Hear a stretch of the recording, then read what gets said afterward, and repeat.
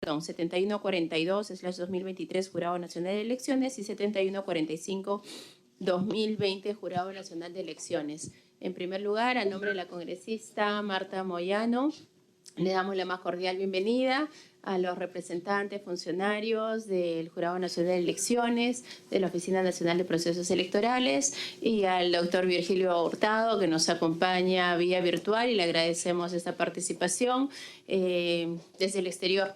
Y por ello justamente estoy pidiendo la autorización y la comprensión de los funcionarios aquí presentes para que podamos iniciar esta mesa con la participación del doctor Hurtado.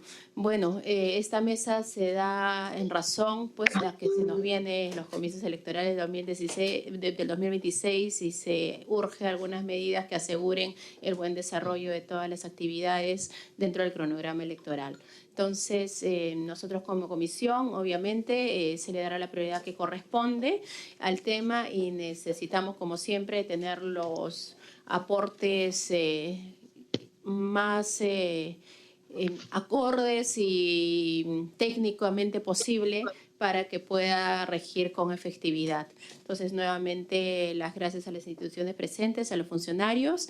Al inicio de cada intervención, les voy a agradecer que den su nombre para que quede registrado en actas. Esta mesa de trabajo forma parte del expediente de los proyectos de ley y serán incorporados en el predictamen correspondiente. Muy bien, doctor Virgilio, ¿puede usted dar inicio, por favor, a sus aportes que correspondan respecto a los proyectos que nos convoca esta mañana?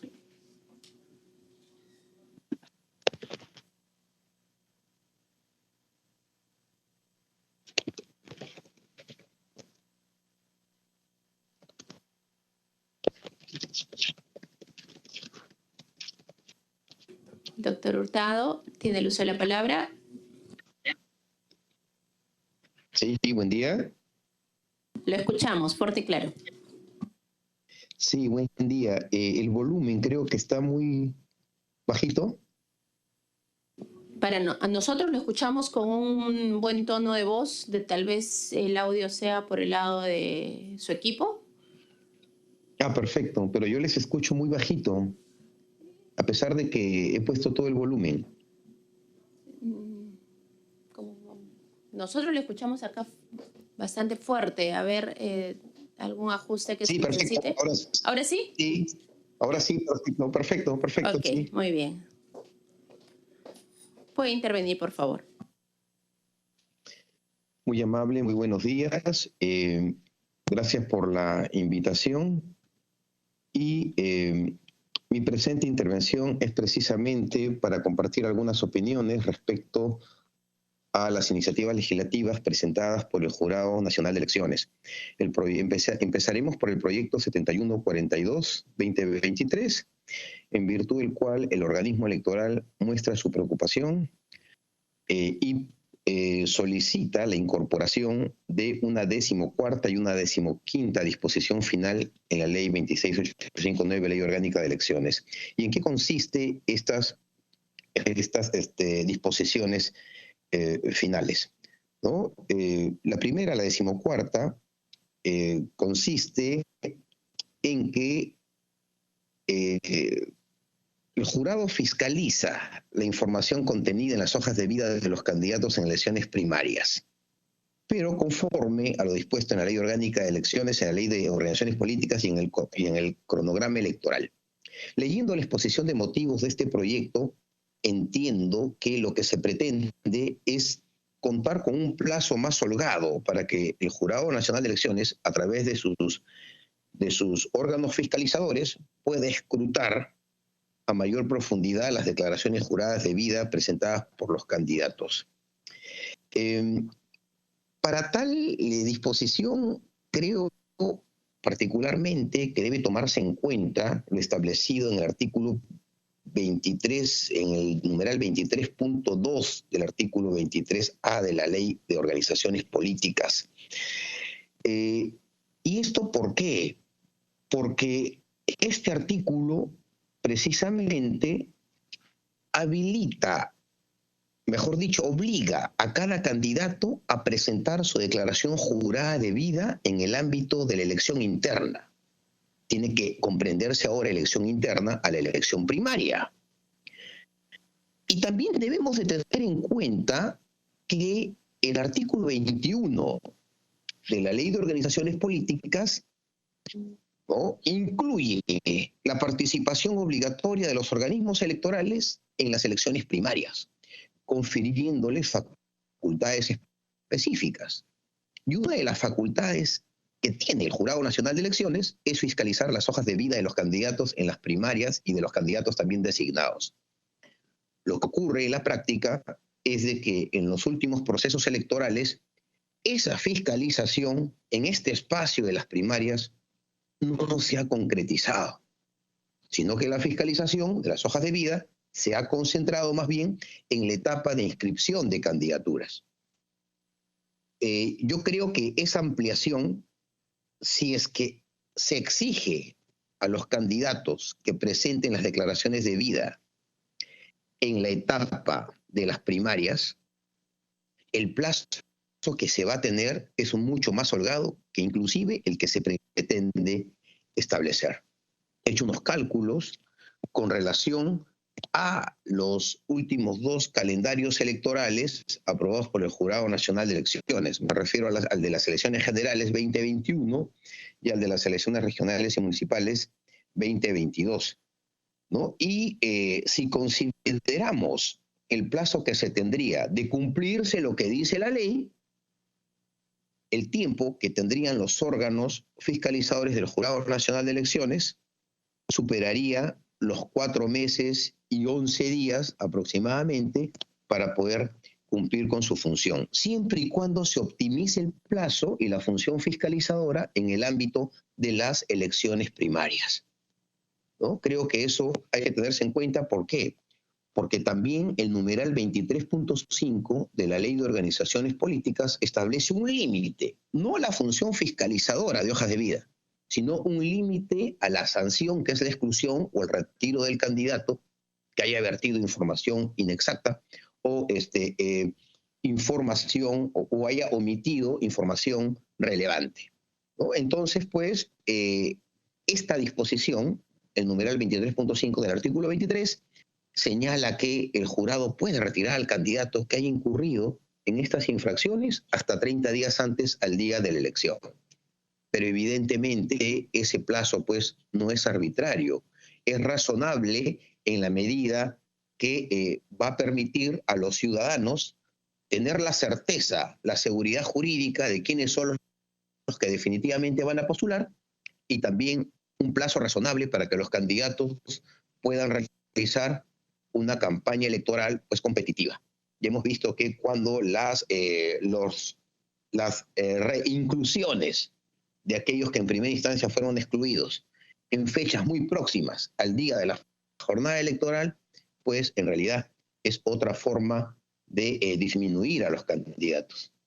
Postulan, pero con la cabeza disminuida, en capiti diminutio. En consecuencia, yo creo que en ingeniería del proceso electoral, si es que se optimiza el plazo que tiene el Jurado Nacional de Elecciones, el tiempo que tiene el Jurado Nacional de Elecciones, desde que los candidatos presentan sus candidaturas en las elecciones primarias hasta este plazo de 30 días anteriores al día de la elección, aproximadamente se va a contar con un plazo, en las generales era de 4 meses y 11 días aproximadamente, pero en las elecciones regionales y municipales, si hacen los cálculos conforme al último calendario electoral aprobado por el Jurado Nacional de Elecciones, el plazo se extendió un poquito más, cerca de 4 meses y 26 días. Yo creo que es un tiempo suficiente. Lo que sí creo que es necesario es que se tiene que dar un mayor valor a la ventanilla única. La ventanilla única es una institución que fue promovida por el propio Jurado Nacional de Elecciones en la gestión del doctor Tábara. Es una institución jurídica electoral que se creó en Colombia para permitir a las organizaciones políticas contar con información pública oficial agrupada, ¿no? Condensada por, en Colombia, el Consejo Nacional Electoral, y alcanzarla a las organizaciones políticas para que hagan un mejor filtro de sus candidaturas.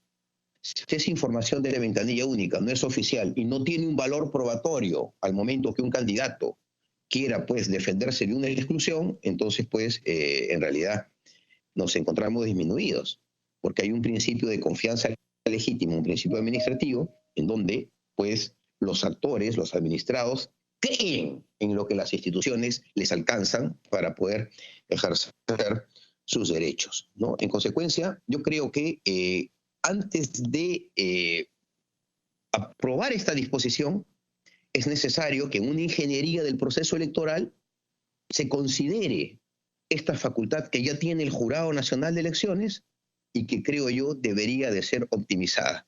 Si hacen ustedes los cálculos, se van a dar cuenta que el plazo con que contaría la institución electoral para escrutar las hojas de vida en un primer piso, que son las primarias, y en un segundo piso, que es la etapa de inscripción de candidaturas, entonces pues es un plazo más que razonable, ¿no? Porque lo otro es lo que fluye del proyecto es de que el plazo sea definido por el calendario electoral, ¿no? Y en realidad, pues, los partidos políticos y los candidatos también necesitan certeza y predictibilidad para ver si es que sus candidaturas pueden alcanzar el estatus de definitivas o no. Respecto a la 15ª disposición que se pretende incorporar y que trata y que está referida pues a la posibilidad de que los afiliados en las primarias puedan postular individualmente y esa intención deba ser comunicada a las organizaciones políticas, es un tema muy interesante. ¿Y saben por qué? Porque el artículo 35 de la Constitución señala que los ciudadanos ejercen sus derechos de manera individual o a través de organizaciones políticas. Y porque sí hay un precedente de participación individual a nivel de la justicia supranacional, que es el caso de Castañeda-Guzmán versus México. Claro, este caso de Castañeda-Guzmán versus México se da en un contexto en que el señor Castañeda presenta su candidatura ante el organismo electoral.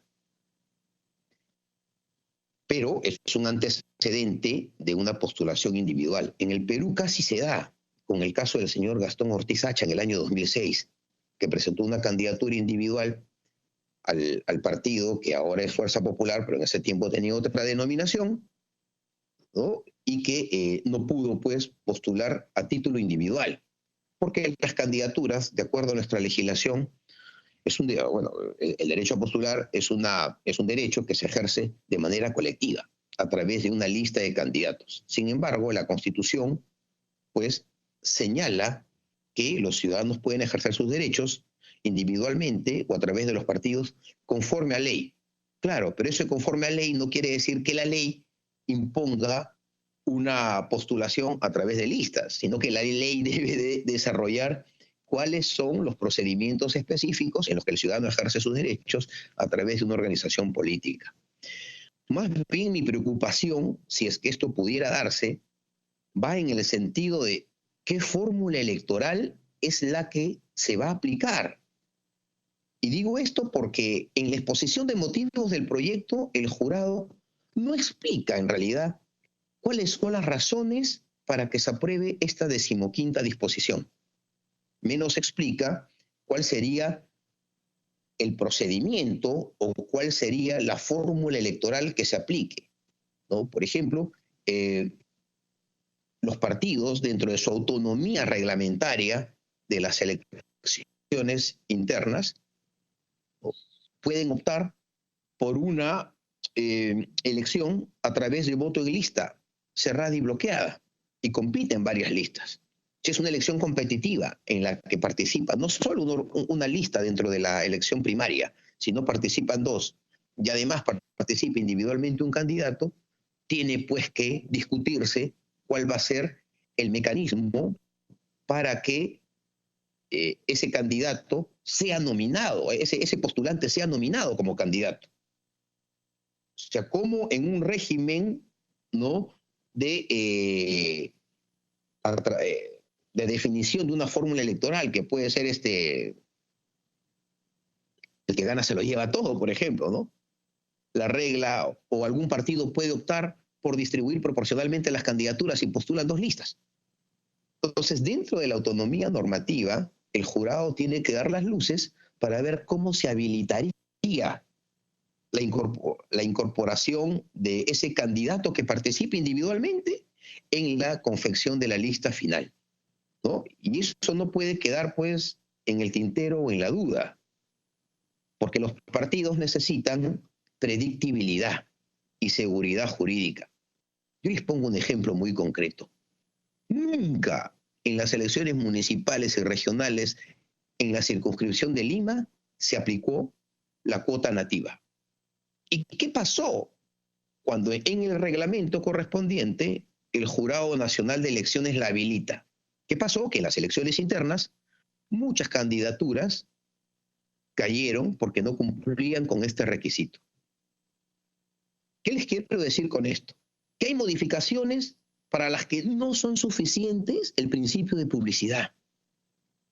Se requiere de algo más. Por eso es que tratadistas como Dieter Nolen, Giovanni Sartori, recomendaban que los cambios de las normas estructurales de un proceso electoral no tengan que ser tan radicales, porque luego entramos en este tipo de complicaciones al momento de desarrollar las normas a nivel reglamentario o al momento de que sean, pues, aplicadas por los propios actores electorales, como son los candidatos en el ámbito de una elección primaria.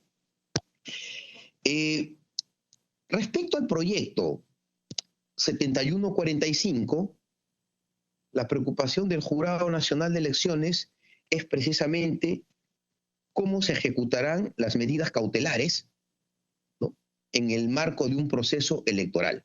Todos sabemos que por el precedente de Andrés Lizana Puelles, en el precedente vinculante sentado por el Tribunal Constitucional en el expediente 5854 del año 2005, fue una acción de amparo interpuesta por el señor Andrés Lizana Puelles contra el Jurado Nacional de Elecciones. El Tribunal Constitucional en ese precedente señaló, desarrolló dos categorías. Primero una, que es la situación extraordinaria en la que las resoluciones del jurado pueden ser revisables. Y la otra, en qué condiciones se puede dar la reparabilidad del derecho. A nivel constitucional, los derechos fundamentales afectados en un proceso electoral se da a través de la demanda de amparo y a través de la tutela cautelar dentro del proceso de amparo. El Tribunal Constitucional reconoce la reparabilidad de los derechos afectados, siempre y cuando no se afecte el calendario electoral. Pero en la disposición 3 de la parte resolutiva, el Tribunal Constitucional también señala que esa reparación, esa reparabilidad del derecho, en este caso tendría que ser la reinclusión del candidato por mandato del juez constitucional, procede siempre y cuando no se haya, no haya precluido la etapa del proceso electoral. O sea, mientras que la justicia constitucional hace referencia a etapas, el Jurado Nacional de Elecciones habla de una afectación al cronograma electoral. O sea, lo que propone es que no sea posible la ejecución de un mandato cautelar si es que modifica el calendario electoral. Cuando el tribunal señala que la reparabilidad es posible siempre y cuando no haya precluido la etapa del proceso. Yo sugeriría que en este caso la fórmula jurídica propuesta por el Jurado Nacional de Elecciones tenga consonancia con lo dispuesto por el Tribunal Constitucional, porque podríamos caer luego en algún supuesto de nulidad de la ley a través de una demanda de inconstitucionalidad. Y además porque es lo que corresponde, ¿no?, que los criterios jurídicos en un Estado que es unitario se uniformicen. Y respecto a la etapa del proceso electoral, la etapa de un proceso electoral está conformada por un conjunto de actos consecutivos y secuenciales. Lo que el Jurado Nacional de Elecciones desarrolla en el calendario electoral es precisamente la calendarización en el tiempo de actos electorales. Si ustedes se dan cuenta, en todos los calendarios que han sido probados, no existe ninguna mención en la misma línea de tiempo que se diga tales actos pertenecen a esta etapa. ¿Y qué es lo que señala el Tribunal Constitucional cuando hace referencia a las etapas? ¿no? Y para eso nos tenemos que remitir necesariamente a la sentencia emitida en el caso del señor Ceballos Fretel versus el Jurado Nacional de Elecciones, porque ahí el Tribunal Constitucional, en el fundamento jurídico 20, hace referencia a las etapas de un proceso electoral. ¿Cuáles son las etapas? 1, la convocatoria. 2, actividades concernientes al sufragio. 3, proclamación de resultados, ¿no? Entonces, pero también el tribunal señala que la reincorporación de algún candidato pues tiene que hacerse antes de que la voluntad popular se haya manifestado en las urnas, ¿no? En consecuencia, si vemos el tema de la reparabilidad, o sea, de la inclusión por la justicia constitucional de un candidato que fue excluido, tenemos que, o sea, remitirnos a las etapas del proceso electoral. Y si la justicia constitucional ha señalado que existen estas 3 etapas, entonces, pues, lo correcto es de que las medidas cautelares, porque son mandatos judiciales, tengan, pues, que cumplirse, ¿no?, dentro de la etapa de actividades concernientes al sufragio, o sea, previamente al acto de la elección, para que los electores tengan, pues, la seguridad jurídica y la información correcta de quiénes son los que, las personas postuladas por las organizaciones políticas que tienen, pues, el estatus de candidatos, ¿no? Yo creo que esta propuesta del Jurado Nacional de Elecciones es importante.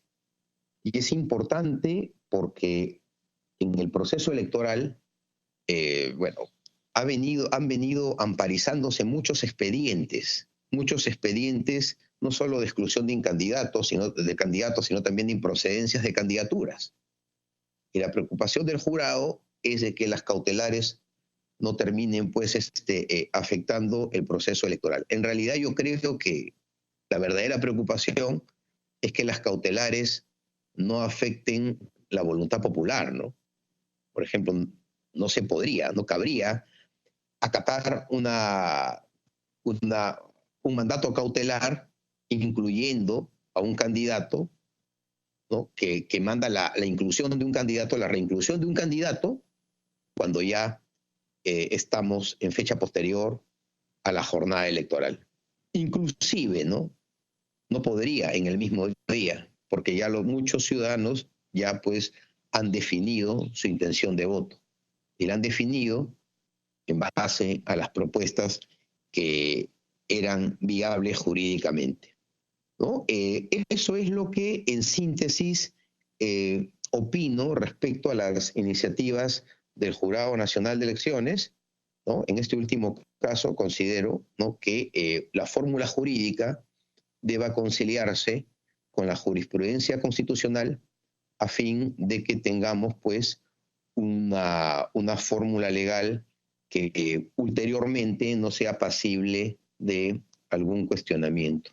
Y respecto al primer proyecto, ¿no?, mi preocupación principal va en el sentido de cómo se hacen viables las candidaturas individuales. Es complicado, sin embargo, hay países que sí tienen ese sistema mixto, ¿no?, en donde los ciudadanos pueden votar individualmente por un candidato, ¿no?, y pueden votar también por una lista patrocinada por alguna organización política. Como les digo, todo esto fluye de cómo interpretamos y optimizamos lo dispuesto en el artículo 35 de la Constitución Política.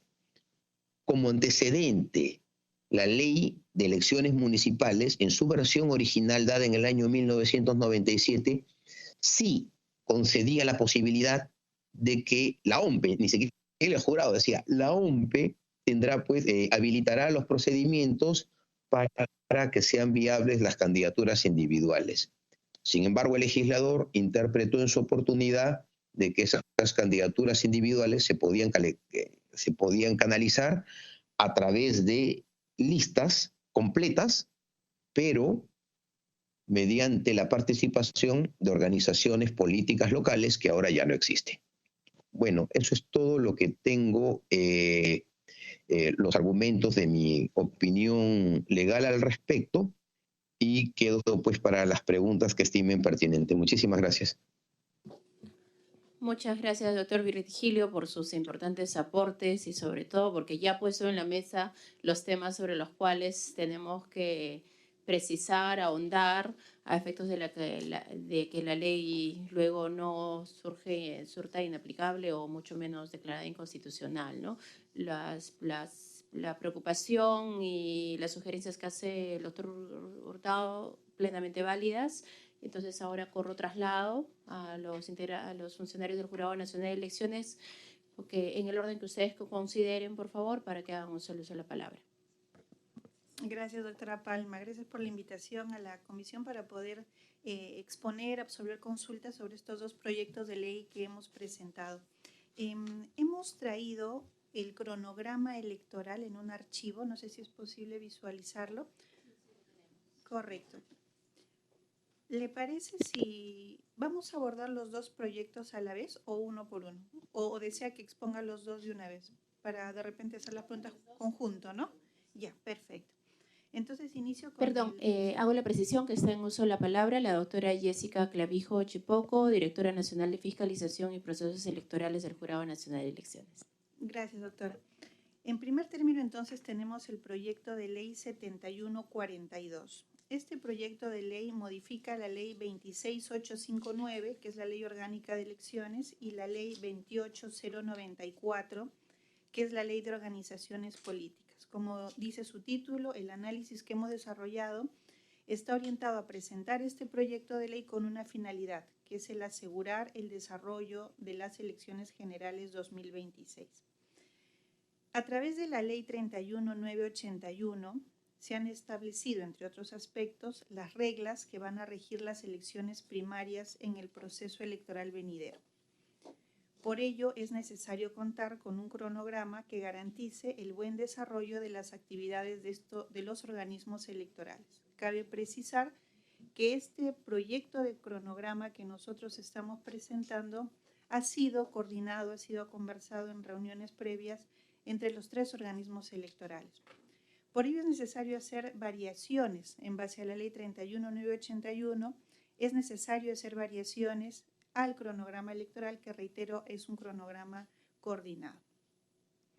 Si nosotros revisamos la ley orgánica de elecciones, encontramos los artículos 78 y 82. ¿Qué indican estos artículos? Que el proceso electoral se inicia con la convocatoria de elecciones y establece un plazo para esa convocatoria que es de 270 días antes de la fecha que se fije para la jornada electoral. De acuerdo al análisis que hemos realizado y considerando además que va a ser la primera vez que vamos a llevar adelante las elecciones primarias, se presenta este proyecto de ley que tiene como objetivo fijar como hito de convocatoria 365 días antes de la fecha fijada para la jornada electoral, que como sabemos en el caso de las elecciones generales es el segundo domingo del mes de abril. Así tendríamos que para el año 2026 tendremos una jornada electoral el 12 de abril, por ende la convocatoria de elecciones sería el 12 de abril del año 2025. Esta modificación a la fecha de convocatoria permitirá que se realicen cada uno de los hitos electorales en plazos prudentes y que también las organizaciones políticas ejecuten las actividades partidarias que el caso amerita, es decir, el enfoque que se debe dar a esta propuesta es que no solamente los organismos estamos proponiendo hitos que permitan el adecuado desarrollo de nuestras actividades, sino que también esas actividades preparatorias que realizarán las organizaciones políticas tengan los espacios de tiempo razonables. En ese sentido, los invito a ver el cronograma que hemos presentado, el cual se está proyectando, que pasaré a detallar rápidamente, pero deteniéndome en algunos de los hitos si es que lo creen ustedes conveniente. En ese cronograma, que también lo voy a dejar porque entiendo que en el proyecto de ley está impreso en blanco y negro, muy pequeño, pero aquí ustedes sí lo van a poder tener a detalle, van a observar que en la parte de abajo están los años 2026, 2025 y 2024, que son los años en los que van a ir transcurriendo las actividades electorales. El primer hito que ustedes pueden ver ahí es la fecha límite para afiliarse y participar en elecciones primarias, que es un hito que se va a ejecutar ya este año, el 16 de julio del 2024. Tengamos en cuenta que la ley vigente, el artículo 24A, la Ley de Organizaciones Políticas, establece ya este hito. Entonces ahí no hay una variación, estamos siguiendo una normativa que ya está vigente. La fecha límite para que entreguen los padrones incrementales o cancelatorios, ya estamos iniciando ahora el año 2025, sería hacia el 5 de marzo, ya que las organizaciones políticas deben presentar a la Dirección Nacional de Registro de Organizaciones Políticas sus padrones electorales. 30 de marzo sería la fecha límite para que la Dirección Nacional del Registro remita al RENIEC las fichas de afiliaciones para su verificación, ya que el jurado debe coordinar con el RENIEC la verificación de firmas e identidad de los afiliados. El día 12 de abril, como les mencionaba, sería la convocatoria a elecciones, un año antes del proceso electoral. Es importante contar con ese presupuesto desde un año antes para desarrollar las actividades, ya que como verán, voy a fijar más adelante en qué fecha tenemos el día de las elecciones primarias y es importante nosotros contar además con el presupuesto electoral para todas las actividades que desarrollarán los 3 organismos electorales y que se instalen los jurados electorales especiales, porque la misma ley 31981 prevé que los jurados tienen un rol desde el inicio, ¿no? Ese mismo día, ese 12 de abril, también se cerraría el padrón electoral, 365 días antes de la jornada electoral. Ustedes van a poder notar que en el cronograma, en la parte de abajo, hay unos hitos, unos números de días que están en rojo y otros en azul. Los que están en rojo, ténganlos en cuenta como un día cero, teniendo el día de la elección 12 de abril. Y los que van a estar en azul más abajo tienen como día cero las elecciones primarias. Entonces, si vemos el día 12 de abril, abajo en rojo tenemos 365 días antes de la elección, cerramos el padrón. Entonces no estamos haciendo una variación en cuanto a la fecha del cierre. Es convocatoria, sincroniza convocatoria y cierre. Situación con la cual obviamente también está de acuerdo el RENIEC. En el mismo mes de abril, año 2025, tenemos el día 21, fecha límite para que las organizaciones políticas comuniquen al jurado la modalidad de elecciones primarias, ya que hay 3, nos comunicarán en esta oportunidad el 12 de abril qué modalidad es la que van a elegir. En caso de la modalidad C del artículo 24, deben también indicar si van a desear el apoyo de los organismos electorales, ¿no? Porque en la modalidad C se habla de un apoyo. El 28 de abril es la fecha límite para que las organizaciones políticas presenten a la DENARROP su relación de electores no afiliados, porque los ciudadanos se van a registrar con las organizaciones políticas. El día 29 de abril es la fecha límite para que el RENIEC remita a la DENARROP el resultado de la verificación de los afiliados. Ya hacia el mes de mayo del 2025 tenemos el día 6 de mayo, que es la fecha límite para que la DENARROP remita al RENIEC la información para la elaboración de los padrones de electores afiliados y no afiliados. El día 21 de mayo, fecha límite para que el RENIEC remita al jurado los padrones de electores afiliados y no afiliados, de ida y vuelta para que ya tengamos los padrones. Porque el 28 de mayo, el Jurado Nacional de Elecciones tiene como fecha límite para la aprobación del uso de los padrones de electores afiliados y no afiliados. Se pone fecha límite porque, de acuerdo al avance que se vaya teniendo con RENIEC, puede realizarse en fechas anteriores. El día 29 de mayo tenemos un hito relacionado a que el Jurado Nacional de Elecciones entrega a la OMPE los padrones de electores afiliados y no afiliados aprobados. Hacia el mes de junio tenemos el 16, la fecha límite para solicitar la inscripción de alianzas electorales. En el mes de julio ya se están instalando los jurados electorales especiales y el día 16 tenemos la fecha límite para lograr la inscripción de una organización política para participar en las elecciones primarias. En la parte de arriba dice convocatoria, dice hito a cambiar porque solamente lo hemos colocado y de manera referencial, ya que este hito se va a mover 365 días hacia atrás.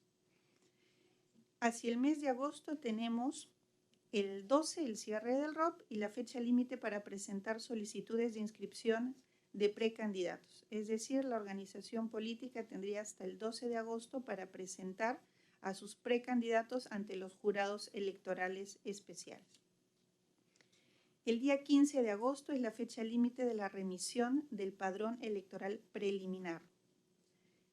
El día 13 de septiembre es la fecha límite para la presentación de candidatos a delegados ante la OMPE. 14 de septiembre, fecha límite de aprobación del padrón electoral definitivo.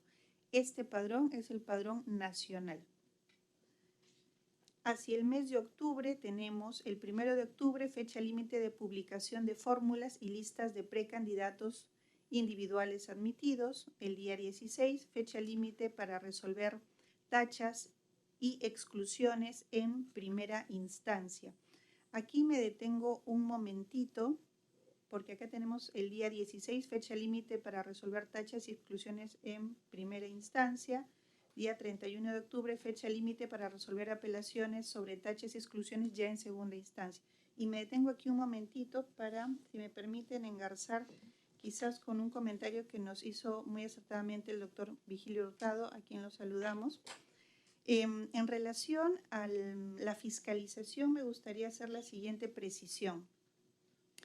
La fiscalización de las hojas de vida se va a hacer en la etapa de primarias, así como la calificación y las tachas que se presenten a los candidatos. No estamos hablando de una fiscalización, tacha, calificación eterna, porque ya ahora vamos a tener dos etapas bien marcadas, la etapa de primarias y la etapa de la elección, por decirlo así, ordinaria. Como los jurados electorales especiales participan desde una primera etapa, son ellos mismos los que van a conocer las candidaturas, a diferencia de lo que hemos tenido antes, que eran internas, en los cuales los jurados solo conocían a los candidatos cuando se presentaban 110 días antes las candidaturas y iniciaba la calificación, la fiscalización de hoja de vida, etc. Ahora no, ahora que tenemos un cronograma con estas dos etapas y desde el comienzo los jurados van a conocerlos, se presentan las candidaturas y es ahí cuando se van a hacer las calificaciones, la tacha y las exclusiones. No tendría sentido que llevemos adelante unas primarias cuando después los vamos a excluir. La lógica es que el filtro venga en un inicio. Entonces, por eso aquí en el mes de octubre vamos a encontrar que hasta esta etapa se van a hacer estas exclusiones, tachas, ¿no es así? Entonces tenemos, como verán, casi el mismo tiempo que tendríamos en una elección regular, porque también la exclusión, si la fecha límite es el 31 de octubre y como vemos en el mes de noviembre hacia finales en amarillo, día de la elección 30 de noviembre, es un mes antes. Entonces tenemos igual un mes antes ese tiempo que OMPE necesitamos para imprimir el material electoral y la ciudadanía tenga esa seguridad y certeza de quiénes son sus candidatos. En el mes de noviembre tenemos la fecha de entrega de precandidatos a la OMPE, la elección de delegados afiliados, que es una elección que se realizará en las organizaciones políticas que elijan la modalidad de delegados. El día 4, fecha límite para que la organización política